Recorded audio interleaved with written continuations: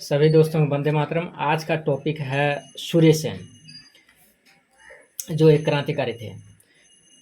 दोस्तों, आज हम लोग जानेंगे ऐसे व्यक्तित्व के विषय में जिन्होंने क्रांतिकारी विचारधारा से प्रेरित होकर जनता में क्रांतिकारी विचारधारा फैलाया और 500 युवकों को इकट्ठा कर एक सैनिक संगठन बनाया और अंग्रेजों की शस्त्रागार पर आक्रमण कर सारे अंग्रेज सिपाही को मार गिराया और उस पर कब्जा कर लिया और उनकी सुरक्षा के लिए चारों ओर अपने संगठन के सैनिकों को पहरा लगा दिया।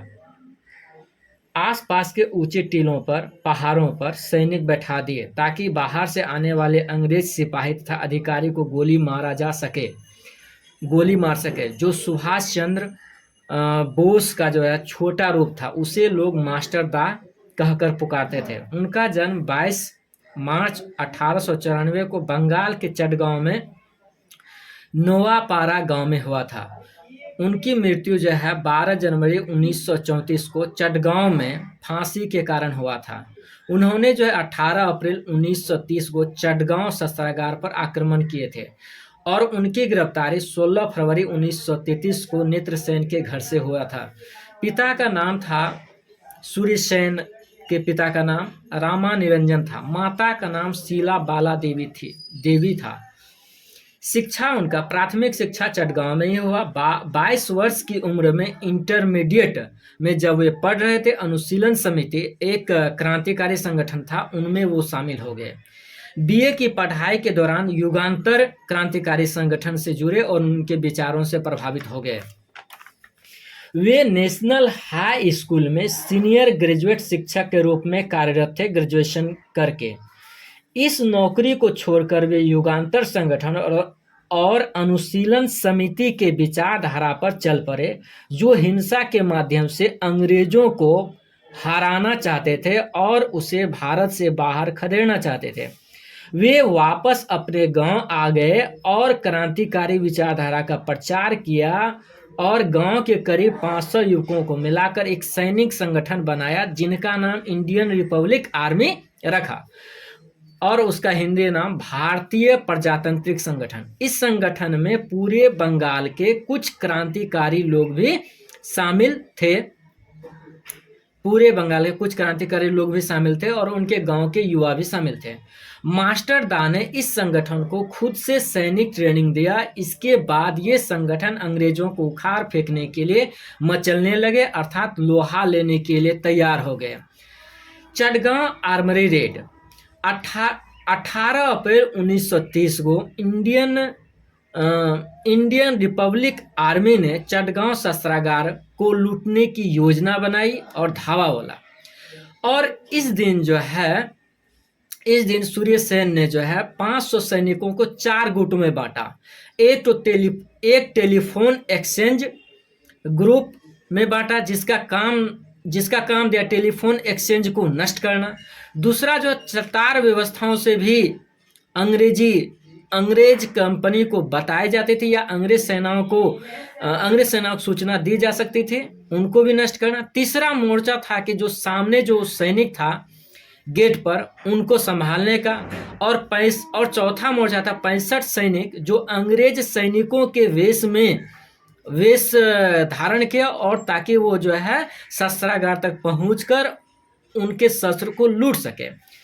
अगले दिन 19 अप्रैल 1930 को उन्होंने कुछ सेनाओं को पहाड़ पर भेज दिया ताकि वे पहाड़ से देख सके अंग्रेज सैनिकों को आते हुए और पहाड़ पर से ही गोली मार सके। और आसपास में अब पहाड़ पर ये लोग थे, तो पहाड़ पर तो भूख प्यास भी लगती है लोगों को, तो इनके सैनिकों को भूख प्यास लगी हुई थी।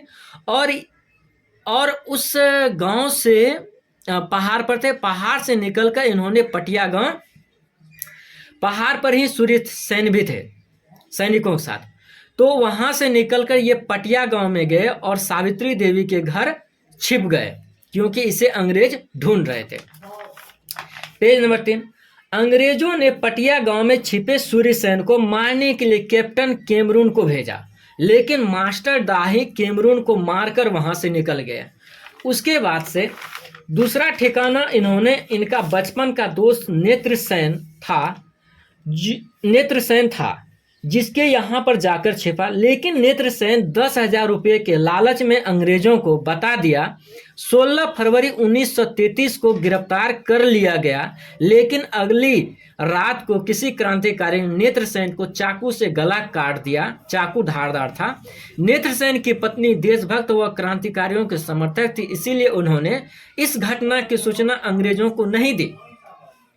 अब बात आती है कि 16 फरवरी 1933 को उनको गिरफ्तार किया, और जो है 18 अप्रैल 1930 को 30 को जो है चिटगांव शस्त्रागार पर आक्रमण किया था ये लोग। तो अब हम लोग निकालते हैं तो देखते हैं कि 2 साल 9 माह 10 दिन तक चिटगांव शस्त्रागार पर इन लोग का सरकार रहा। 2 साल 9 माह 10 दिन तक इन्होंने चिटगांव शस्त्रागार पर शासन किया। गिरफ्तार करने के बाद उसके हाथ पैर जोड़ की हड्डी तोड़ दिया हथौड़ा से, और नाखून भी उखाड़ दिया। इसके दल में एक तारकेश्वर नाम का व्यक्ति था, जो क्रांतिकारियों को हर हालत में सूर्यसेन को छुड़ाने का प्रेरित करते हैं। इनका भनक अंग्रेजों को लगा और अंग्रेजों ने पकड़कर तारकेश्वर को फांसी दे दिया, बेहोशी की हालत में। Page number 4। बेहोशी की हालत में सूर्यसेन को भी 12 जनवरी 1934 को फांसी दे दी गई। 11 जनवरी 1934 को अपना अंतिम पत्र में भारत को आजाद करवाने का सपना छोड़कर जा रहा हूं, थकना मत, आशा कभी भी मत छोड़ना, इन्होंने कहा था। अब इसके आगे जब ये क्रांतिकारी हुआ तो बंगाल के बाहर कहां पर कौन से हुए, वो भी क्रांतिकारी। बंगाल के बाहर अन्य हिस्सों में भी चिटगांव शस्त्रागार का प्रभाव दिखा। दिसंबर 1930 में हरकिशन, जो पंजाब का एक नागरिक था, पंजाब का गवर्नर को गोली मारने का प्रयास किया। दिसंबर 1930 में विनय बोस और बादल गुप्ता, दिनेश गुप्ता राइटर्स बिल्डिंग में घुसकर शस्त्र को धारण करके घुसा और सारे पुलिस अधिकारी को गोली मार दिया। महिला क्रांतिकारी में प्रीति वाडेकर, कल्पना दत्त, बीना दास थे। प्रीति वाडेकर भी इंडियन रिपब्लिक आर्मी में भूमिका थी, उन्होंने जहर खा लिया। फिर कल्पना दत्त भी इंडियन रिपब्लिक आर्मी के सदस्य थे। बीना दास दीक्षांत समारोह में बंगाली गवर्नर स्टेनली जैक्सन की हत्या की। इसके आगे भी कोई सुधांशु नाम के या कुछ ऐसे चौधरी सब थे या क्रांतिकारी सब थे, जिन्होंने डीएम एसपी तक को गोली मारा। इससे अंग्रेजों में भय व्याप्त हो गया कि कोई भी आज सुरक्षित नहीं है, अर्थात मेरा शासन अब भारत से जाने वाला है, जितना जल्दी हो सके भारत खाली करें। तो भारत को आज़ादी दिलवाने में क्रांतिकारियों का भी हाथ है, सिर्फ महात्मा गांधी और नेहरू जी का नहीं।